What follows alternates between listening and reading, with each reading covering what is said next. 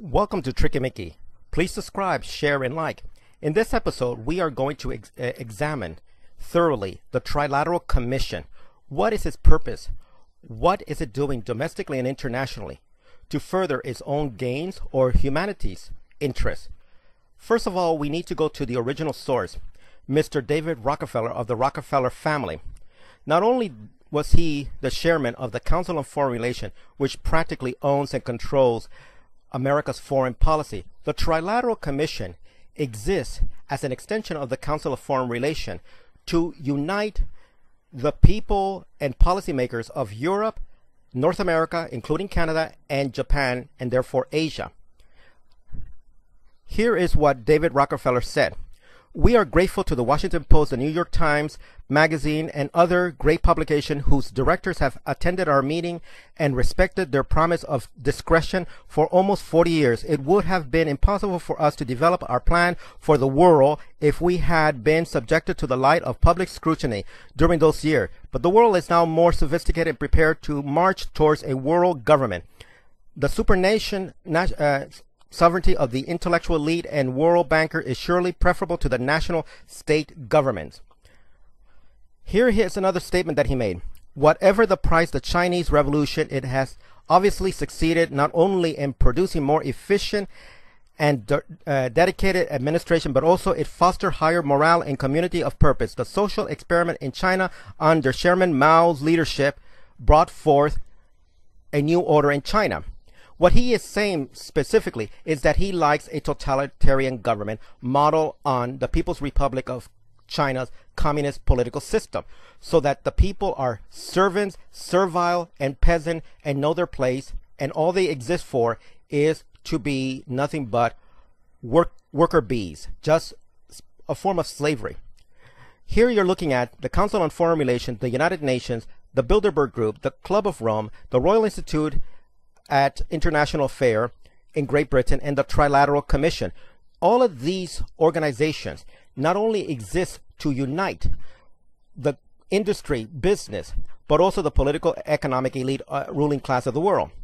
For example, we have Arthur Schlesinger Jr., a great writer in his time. He said, "We are going to achieve a new world order without paying for it in blood as well as in words and money." That means no matter what is going on behind the scene that we're not privy to, it's going to cost innocent people's life. Here's another one. He's the director of the UN World Health Organization. To achieve world government, it is necessary to remove from the minds of men their individualism and loyalty to family tradition, national patriotism, and religious dogma. So these people in world politics are actually telling you what they're up to. Here we have Paul Warburg, a member of the Council of Foreign Relations.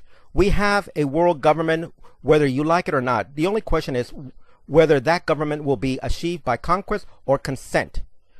They don't care. They have a determination to achieve their prerogatives.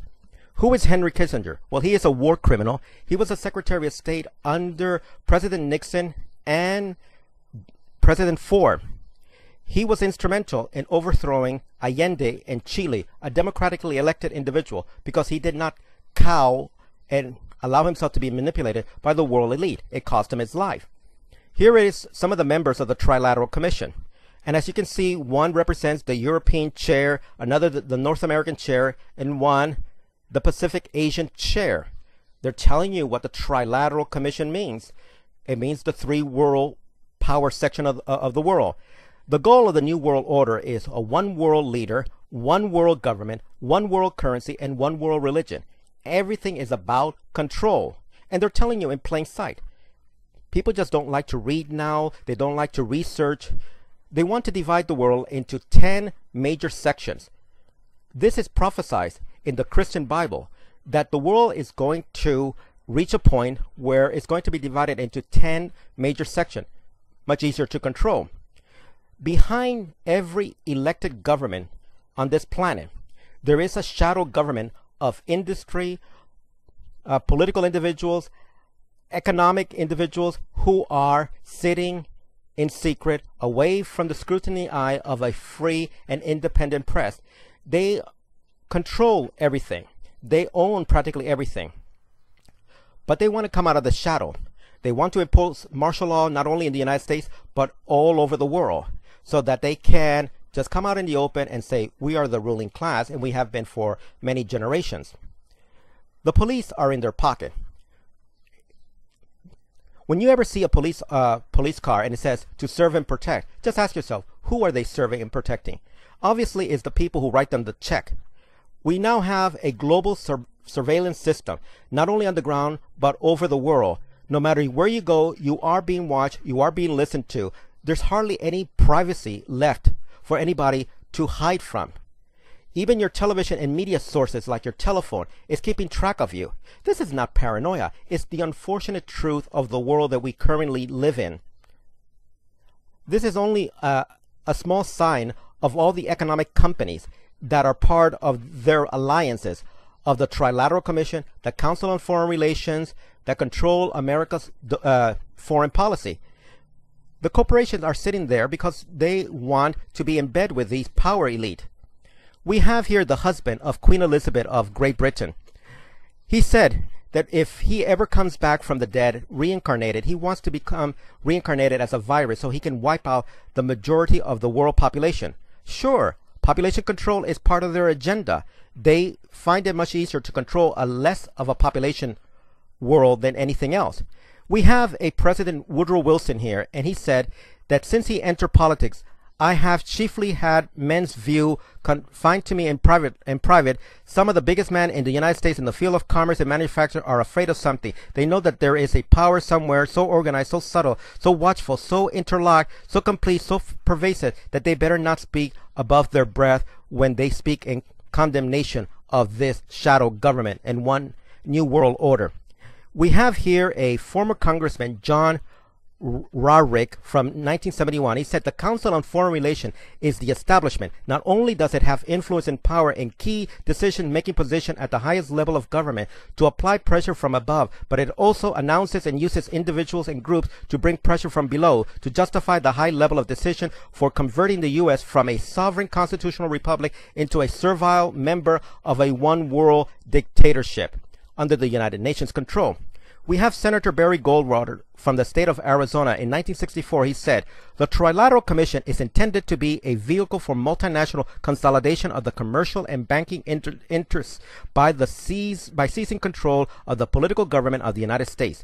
The Trilateral Commission represents a skillful, coordinated effort to seize control and consolidate the four centers of power: politics, monetary, intellectual, and ecclesial, meaning religious. What the Trilateral Commission intends is to create a worldwide economic union and political union under the United Nations control. This has been going on for generations. It's so hard for people nowadays to believe this, that the Trilateral Commission, like the Council on Foreign Relations, the Bilderberg groups, are part of the whole New World Order. What can you do as a citizen? Well, don't borrow money from any bank. You're just paying interest on their federal note. It's no different than monopoly money. Learn to barter for goods. Shop at local owned stores. Avoid large corporation. Grow as much food as you can at home. Buy used items instead of new. Start a business and produce real physical goods for yourself and for the community. Here we have a member of the Council on Foreign Relations, the Trilateral Commission. He said in a recent speech at an event for the European Forum for New Idea, former U.S. National Security Advisor Brzezinski expressed that the populist activism and the resistance movement were hindering a new world order. Please wake up. One voice can make a difference. A million can change the world. We have to unite as a people. We need to be more politically activist in our community, in our state, our provinces, our country. We cannot trust the ruling political economic elite class that want to destroy us. These individuals are not working in our interest. There is no such thing as democracy as we were raised to believe in our schools. You can't even trust the media because they actually control the media. We're being fed daily a dose of propaganda, and we are in the matrix. We are asleep because they restrict our information. They restrict our level of education. They are in control, but they can easily lose it if enough people wake up and unite. That is how revolutions are created, by the masses, when the masses have said enough is enough. Ironically, the Trilateral Commission's symbolism, as you can see on the left, when you pull it apart, gives you 3 sixes. Is this their sick sense of humor? Do they actually think they're funny? That they're actually showing their allegiance to the devil, 666? What are they trying to tell us? Well, the Trilateral Commission and the New World Order is telling you that they believe in world power, in their selfishness, in their egocentricity, in being just egocentric. They don't care about anybody. You have to care about yourself and your families and your loved one. You have to do everything in your power to defend yourself. Turn to God. Turn to the Lord Jesus. He is the salvation of the world. He is the light. He's knocking at our door, expecting us to answer. For those who call upon him, he will answer, and you shall be saved for all eternity. Don't stand for man's order. There is no order like the Tower of Babel. It will fall. Every time mankind has tried to establish a world order, it is for demonic purposes. Thank you for listening and watching. Please subscribe, share, and like. This is Tricky Mickey saying take care, and until next time, bye.